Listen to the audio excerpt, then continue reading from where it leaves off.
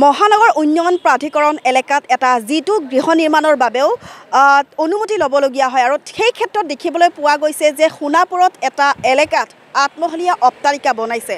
যেহেতু মই বৰ্তমান উপস্থিত আছোঁ ৰাজচক্ৰ কাৰ্যালয়ত, সোণাপুৰ ৰাজচক্ৰ কাৰ্যালয়ত, আৰু এই কাৰ্যালয়ৰ সন্মুখত যেহেতু মই উপস্থিত আছোঁ আৰু এই কাৰ্যালয়ে কেনেকৈ অনুমতি দিলে আত্মহলীয়া অট্টালিকা বনাবলৈ। যেহেতু পঞ্চায়ত এলেকাত পৰে সেই আত্মহলীয়া অট্টালিকাটো, আৰু সেই আত্মহলীয়া অট্টালিকাটো আছে ৰবীন শইকীয়া। আৰু ৰবীন শইকীয়া কেনেকৈ তেওঁলোকে আত্মহলীয়া অট্টালিকা বনোৱাত সহায় কৰিলে বা কেনেদৰে তেওঁ আত্মহলীয়া অট্টালিকা বনোৱাত তেওঁ আচলতে সক্ষম হ'ল, যিহেতু মই অকণমান ইয়াৰে দৃশ্য দেখুৱাবলৈ চেষ্টা কৰিছোঁ। আৰু এই ৰাজচক্ৰ কাৰ্যালয়ৰ অনুমতিত বা পঞ্চায়তৰ অনুমতিত কিন্তু এয়া ৰবীন শইকীয়াই আত্মহলীয়া অট্টালিকা বনাবলৈ সক্ষম হৈছে। মহানগৰৰ উন্নয়ন প্ৰাধিকৰণ এলেকাত এটা যিটো গৃহ নিৰ্মাণৰ বাবেও যি অনুমতি ল'বলগীয়া হয়, আৰু তেনেস্থলত সোণাপুৰত এটা আত্মহলীয়া অট্টালিকা নিৰ্মাণ কৰিছে ৰবীন শইকীয়াই। আৰু এটা কথা উল্লেখ কৰিব লাগিব যে যিহেতু ৰাজচক্ৰৰ অন্তৰ্গত পাণবাৰী মৌজাৰ বৰখাট গাঁৱৰ খেৰাজ মেডি 309 নং পট্টাৰ 305/993 নং দাগ আৰু 308 নং পট্টাৰ 303 আৰু /992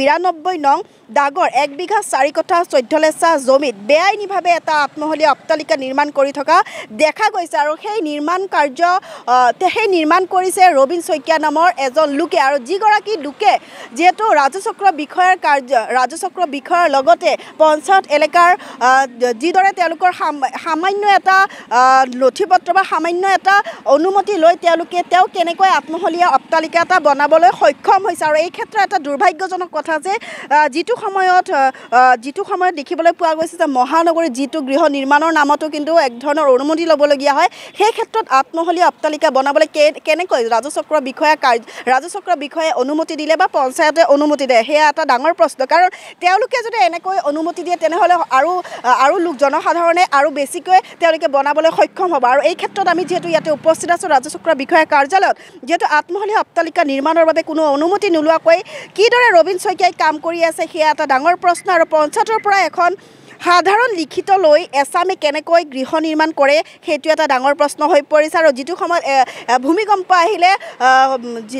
আহিলে অট্টালিকা বাগৰি পৰাৰ ভয় থাকে, আৰু সেই সন্দৰ্ভত তেওঁলোকে কোনো ধৰণৰ সকলো বস্তু নোচোৱাকৈ বা কিমানখিনি চিমেণ্ট, কিমানখিনি বালি বা কেনেকুৱা কি কৰিছে সকলো বস্তু নথি পত্ৰ নোচোৱাকৈ তেওঁলোকে কেনেকৈ আত্মহলীয়া অট্টালিকাটো বনাবলৈ সক্ষম হৈছে। আৰু এই ক্ষেত্ৰত ৰবীন শইকীয়াক এবাৰ নহয়, দুবাৰ নহয়, তিনিবাৰকৈ ৰাজচক্ৰ বিষয়া কাৰ্যালয়ত আহিবলৈ তেওঁক কোৱা হৈছিলে, কিন্তু সেই ক্ষেত্ৰত দেখিবলৈ পোৱা গৈছে তেওঁ এবাৰো উপস্থিত নহ'ল। আৰু এই ক্ষেত্ৰত ৰাজচক্ৰ বিষয়াগৰাকীয়েও কিন্তু অৱগত নকৰিলে তেওঁক, বা তিনিবাৰকৈ ৰাজচক্ৰ বিষয়া কাৰ্যালয়ে বা তেওঁক ৰবীন শইকীয়াক তেওঁলোকে ইয়ালৈকে মাতি পঠিয়াইছিলে, কিন্তু তেওঁ এবাৰো নাহিলে। আৰু এই ক্ষেত্ৰত এটা কথা স্পষ্টৰূপে আহি পৰিছে, যদি সঁচাকৈয়ে তেওঁ অট্টালিকা নিৰ্মাণৰ বাবে তেওঁ যদি অনুমতি লৈছিলে তেনেহ'লে কিহৰ বাবে তেওঁ সঠিক নথি পত্ৰ লৈ ৰাজচক্ৰ বিষয়া কাৰ্যালয়ত উপস্থিত নহ'ল, সেয়াই এই মুহূৰ্তত ডাঙৰ প্ৰশ্ন হ'ব লাগিব।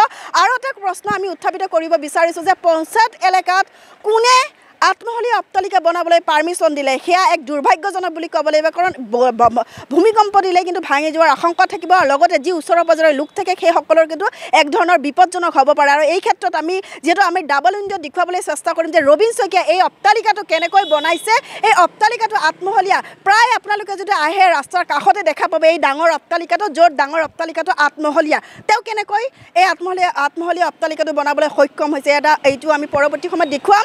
আৰু পৰৱৰ্তী সময়ত আমি জনাবলৈ চেষ্টা কৰিম যে ৰাজচক্ৰ বিষয়াৰ কাৰ্যালয়ৰ লগতে পঞ্চায়তে কি অনুমতি দিলে বা কিহৰ অনুমতিত তেওঁলোকে এই অট্টালিকাটো বনাবলৈ তেওঁলোকে অনুমতি দিছে, আৰু তেওঁ কিবা মোটা অংকৰ ধন লৈ বহিছে নেকি বা মোটা অংকৰ ধন লৈ এই অট্টালিকাটো বনাবলৈ অনুমতি দিছে নেকি, পৰৱৰ্তী সময়ত আমি দেখুৱাবলৈ চেষ্টা কৰিম বা সকলো তথ্য আপোনালোকৰ আগত দাঙিবলৈ চেষ্টা কৰিম। চাই থাকিব আমাৰ সৈতে এনি ভাৰত 24।